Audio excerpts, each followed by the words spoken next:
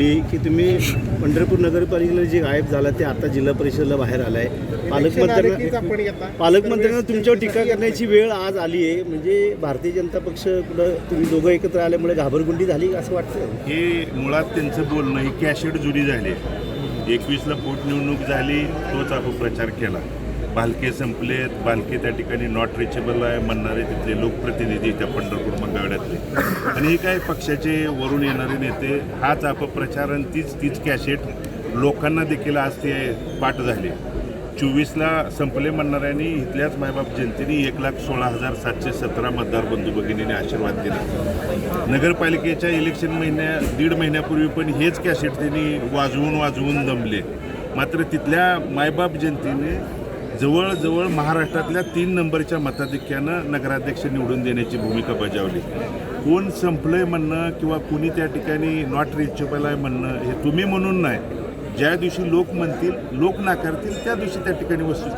दादा, नगरपालिकेच्या निवडणुकीमध्ये ज्या पद्धतीने कोरड्या विहिरीमध्ये उड्या मारू नका, आमच्यासारख्या कालव्यात उड्या मारा. पालकमंत्री म्हणताय विरोधकांच्या कोरड्या विहिरीत मतदारांनी उड्या मारू नये, भरत्या कालव्यात आमच्या उड्या मारा, जेणेकरून तुमचा फायदा होईल असं पालकमंत्री म्हणतात.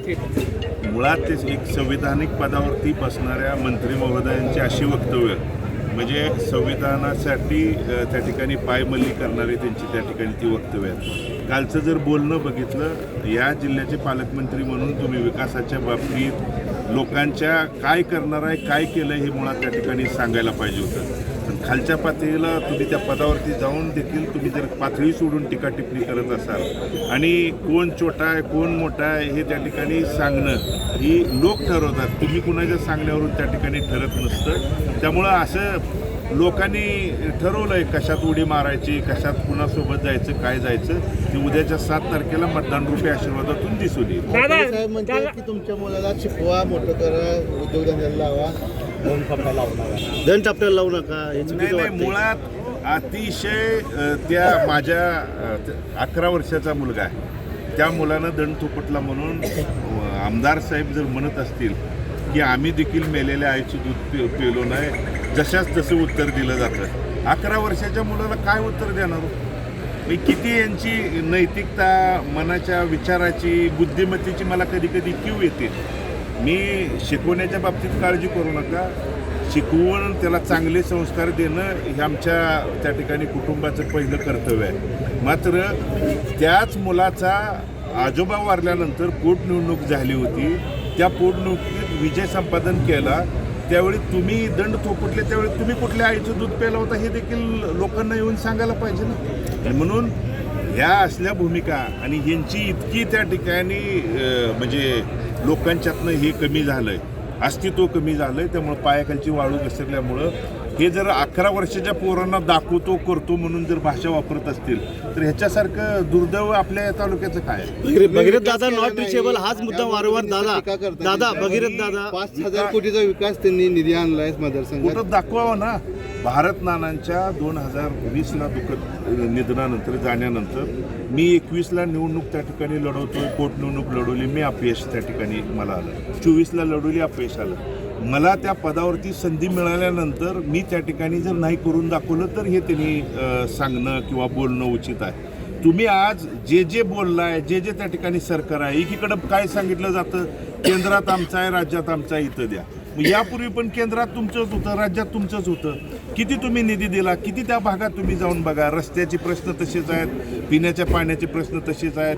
आज जे आमदार महोदय माझ्या विकास कामावरती किंवा मी काय केलं म्हणून विचारत असतील तर त्या भागातल्या मंगळवेढा तालुक्यातल्या 24 गावचा उपसा सिंचन योजना फक्त इलेक्शन आलं, आचारसंहितेच्या आधीच 1 आठवडाभर त्या ठिकाणी नारळ फोडण्याचा कार्यक्रम सुरू होतो. तिथं पिण्याच्या पाण्याची योजना भारत नानांनी सुरू करून शेवटच्या श्वासापर्यंत सुरू ठेवलेली योजना त्यांच्या जाण्यानंतर किती वेळा चालली, किती वेळा पाणी मिळलं हे त्या ठिकाणी त्यांनी सांगायला पाहिजे होतं. टीका टिप्पणी आणि आमदार साहेबांनी तेच नॉट रिचेबल आहे, फोन लागत नाही, कॅसेट जुनी झाली आहे, नवीन काहीतरी सांगा, नवीन काहीतरी त्या ठिकाणी. उपसा सिंचन योजनेला भारत नाना असताना कुठल्याही प्रकारची मंजुरी मिळाली नव्हती. मी साक्षीदार होतो. मी नानांसोबत त्याच राज्यपालांच्या कार्यालयात गेलो होतो. कोण गेलो पालकमंत्री मी म्हणतात आमदार म्हणून त्या नानांसोबत गेलो होतो. अशी कुठलीही मंजुरी मिळाली नाही. मी ही साक्षीदार मुळात अस्तित्वात नसणारी योजना कागदावरती आणली आणि विदर्भ मराठवाड्याचा अनुशेष जोपर्यंत भरून निघत नाही तोपर्यंत पश्चिम महाराष्ट्रात कुठलीही योजना करायचं नाही हा विधिमंडळाचा ठराव असताना राज्यपालाकडून विशेष बाब म्हणून मंजुरी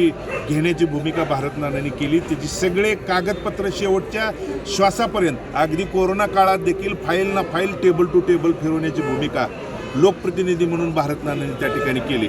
आणि ह्यांनी जे बोलतायत त्या पालकमंत्र्यांना आणि आमदार महोदयांना माझा आपल्या माध्यमातून सवाल आहे. तुम्ही 4 सप्टेंबर 2024ला तत्कालीन उपमुख्यमंत्री फडणवीस साहेबांच्या हस्ते त्या भूमिपूजन उद्घाटन केलं आणि त्याची पर्यावरणाची मंजुरी कधी मिळाली?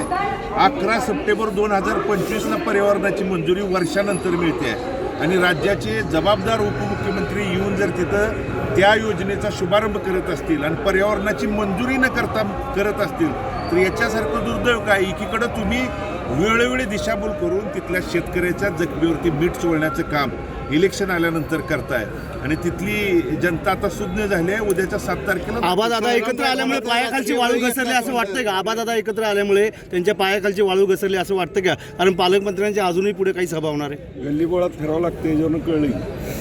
माझ्या माहितीनं मला एक माहिती मिळाली आहे. पुढच्या महिन्यापासून पालकमंत्री महोदय प्रत्येक गावातल्या गणपती मंडळाचा अध्यक्ष देखील नियुक्त करण्यासाठी येणार.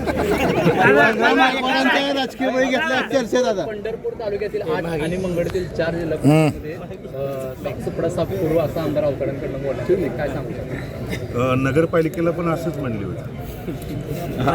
आवताडे साहेबांना करकमगट कुठं आहे माहिती आहे म्हणून.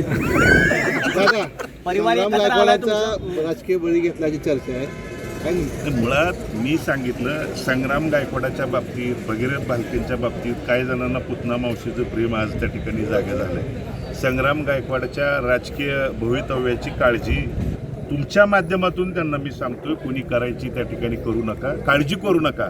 संग्राम गायकवाडांच्यासाठी मी असेल अभिजित आबा खंबीर आहे. भविष्य काळात तेवढ्याच सन्मानानं योग्य त्या ठिकाणी आम्ही सोबत घेऊन जाणारे त्या ठिकाणी कार्यकर्ते आहे. आणि म्हणून राहता राहिल्या संग्राम गायकवाडाच्या बळीचा प्रश्न असेल तर या गटातनं भाजपकडून त्या प्रीतीताई यलमार आणि यलमार कुटुंब गेले वर्षभर झालं प्रयत्न करत होते, लोकांच्या घरादारापर्यंत जात होते आणि अचानकपणे एक दिवसात AB फॉर्म बदलून कुणाला त्या ठिकाणी तिकीट दिलं.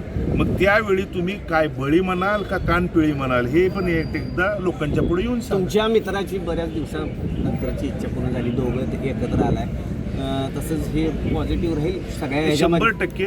कारण आमच्या या परिवाराची विचारधारा तुम्ही जर बघितली अगदी 1980-85 पासून जर बघितली तर परिवार हा एकसंघपणे एका विचारधारेवरती काम करणारा आमचा परिवार आहे. आणि बापूंनी असेल, नागेश काका आणि तालुक्यातल्या असंख्य वडीलधारी ज्येष्ठ मंडळींनी नगरपालिकेच्या पूर्वीच त्या ठिकाणी एकत्रित या आणि तसा प्रयत्न देखील बापूंच्या माध्यमातून सगळ्यांच्या माध्यमातून झाला होता.